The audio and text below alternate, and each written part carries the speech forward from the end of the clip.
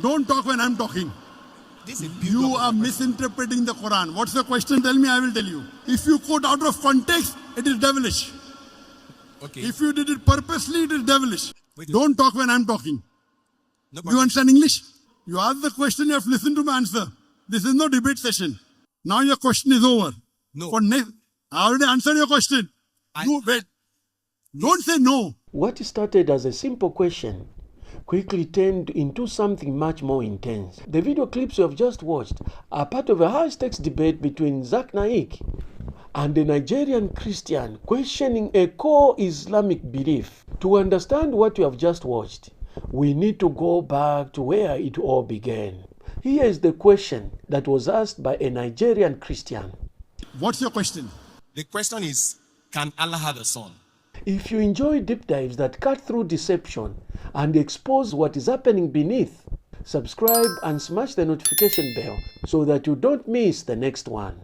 Now watch how this argument unfolds. Claim 1. Allah can have a son. Here's the clip. What's your question? The question is, can Allah have a son? And when we look at what the Quran itself is saying, the first one is that it's saying that if Allah wants to have a son, he can decide to have a son. That is number one. Number two is now that he said that in Quran chapter 6, verse 101, Quran chapter 6, verse 101, he said, he is the originator of heavens and earth. How could he have a child when he had no mate? He created all things and had perfect knowledge of everything. What's the question? Quran chapter 6 verse 101 is saying that if Allah chooses to have a wife, who is going to be the partner? Because he doesn't have a partner.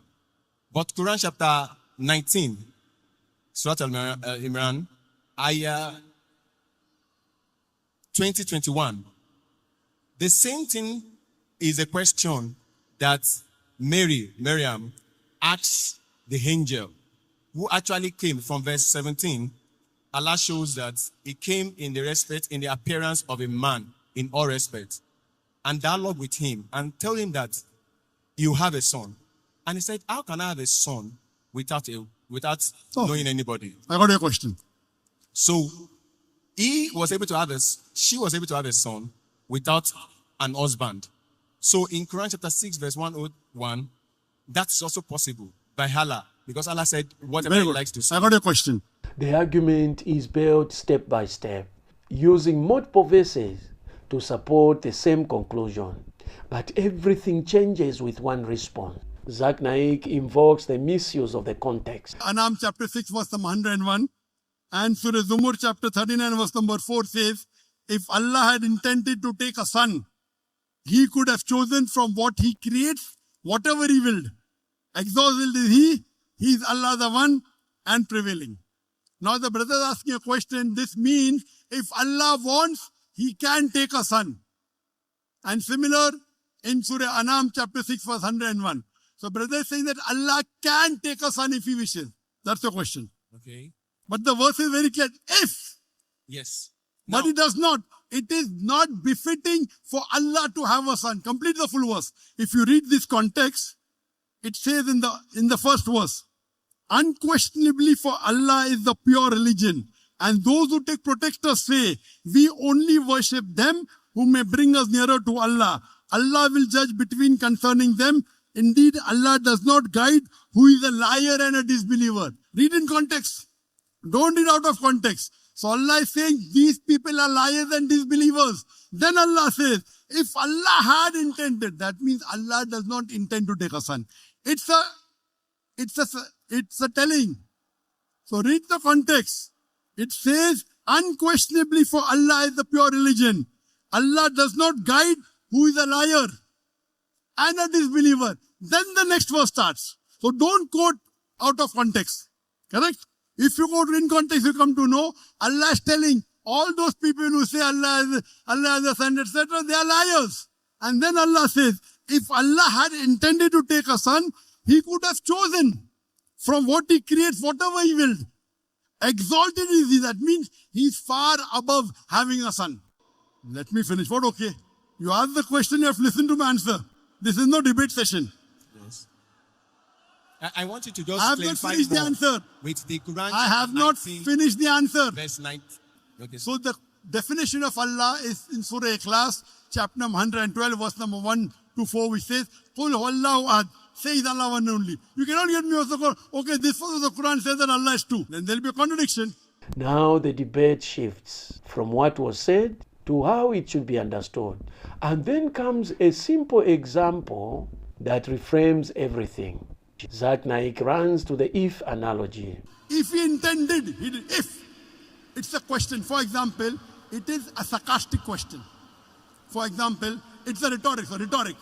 If Allah had a son, I would be the first to bow. That doesn't mean Allah has. That's the rhetoric.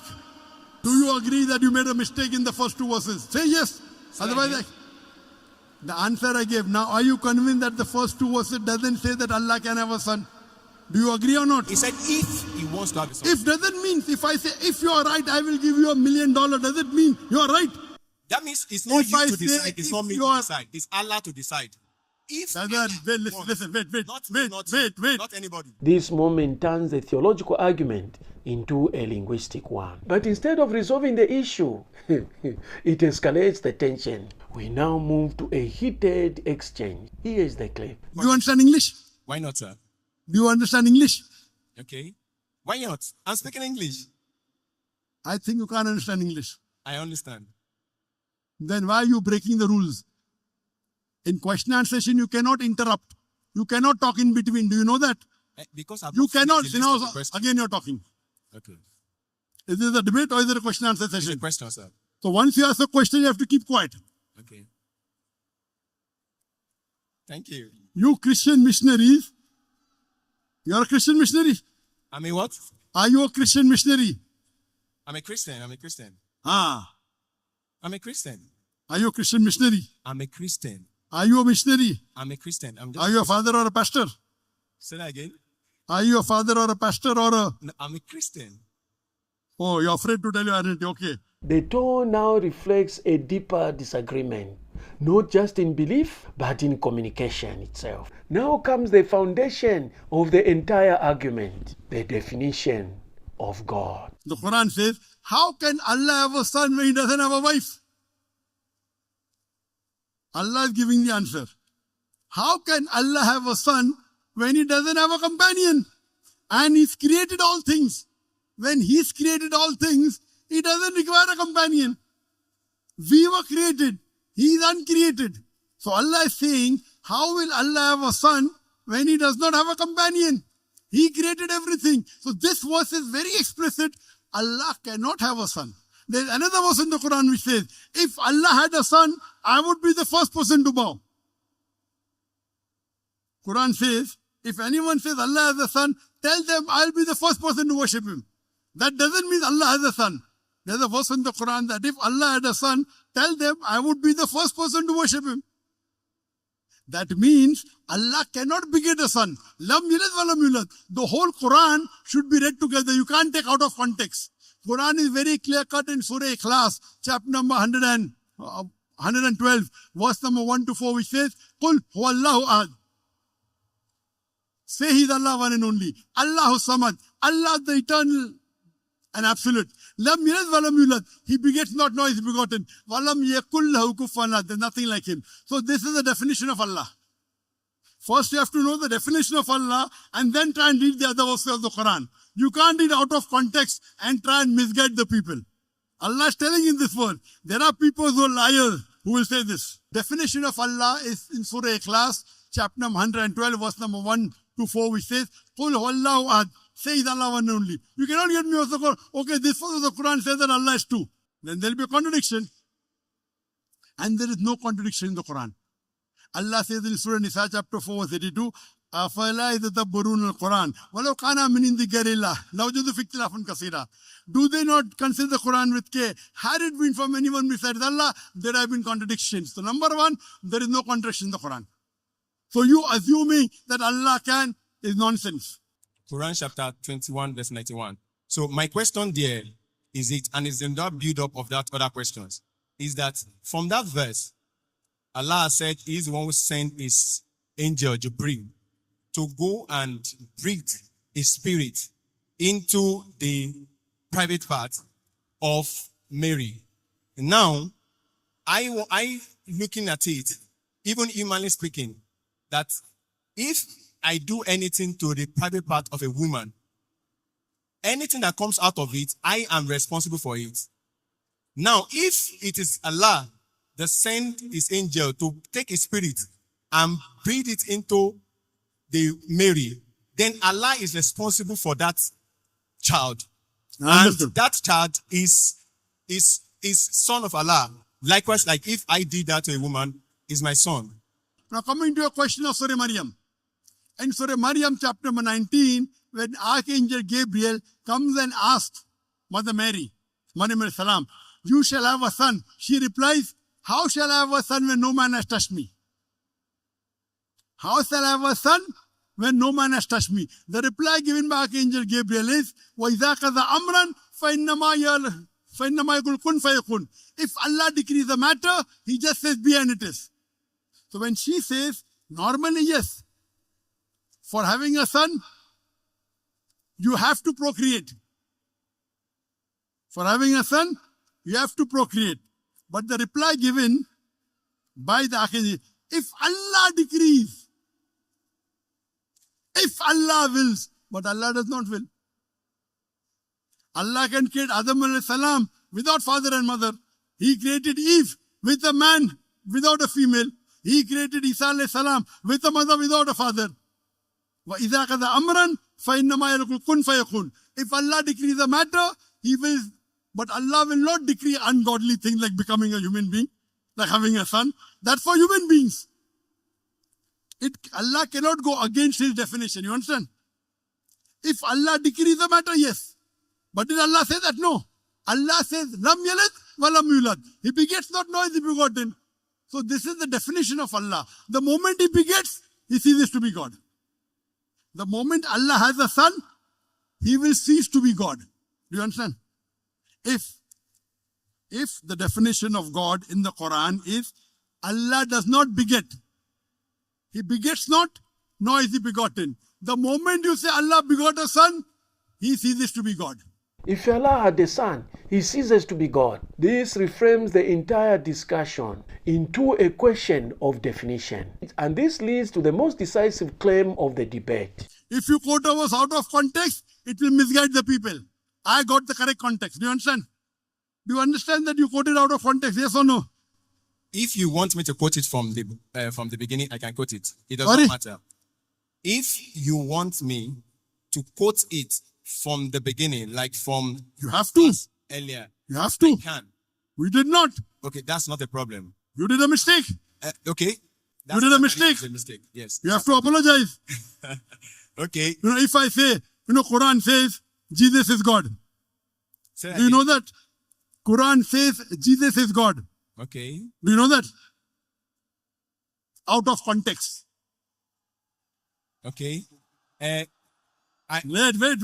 Quran says in Surah Maida chapter 5 verse number 17, no full context. لَقَدْ كَفْرَ الَّذِينَ قَالُوا إِنَّ اللَّهَ هُوَ الْمَسِيحُ ابْنُ مَرْيَمَ. They are doing kufr. Those who say Jesus is God.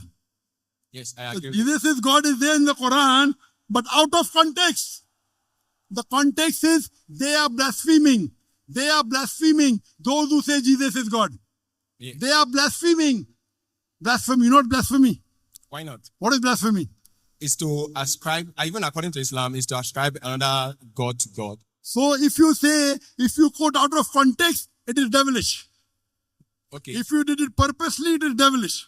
Okay. So you have to always quote in context. You can't just quote half. Now your question is over. No. I already answered your question. Wait. Don't say no. You gave 3 references of the Quran.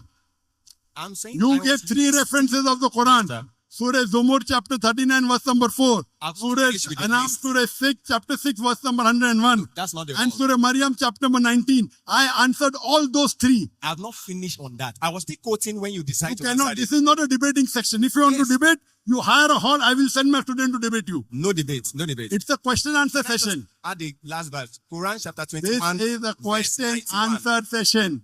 You have That- to go that beyond the cue. concludes The accusation becomes clear. This is not just about disagreement, it is about misinterpretation. Let's look at this issue from a Christian perspective. From a Christian perspective, Son of God is not biological, it is relational and eternal. This is the biggest problem in Islamic theology understanding, because when they say Allah has a son, they are looking at this from a biological perspective, and this is where they've totally lost it. And the Islamic scholars have continued to mislead the masses. Are both sides defining the same terms or arguing past each other? Do you understand English? What began as a question ended as a debate about language, context, and meaning. If you want more breakdowns like this, like, subscribe, and smash the notification bell so that you don't miss the next upload. To watch another video that escalated into total disagreement and misunderstanding, check out the video on your screen.